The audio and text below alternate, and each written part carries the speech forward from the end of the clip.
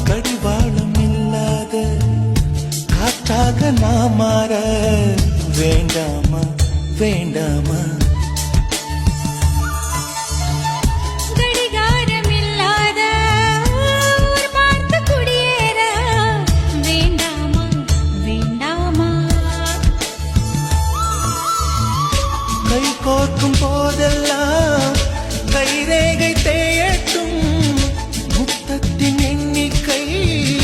முடிவின்றி போகட்டும் பகலெல்லாம் இரவாகி போனால் என்ன இரவெல்லாம் விடியாமல் நீண்டால் என்ன நம் உயிர் ரெண்டும் உடல் ஒன்றில் வாழ்ந்தால் என்ன தவமின்றி கிடைத்த வரமே இனி வாழ்வில்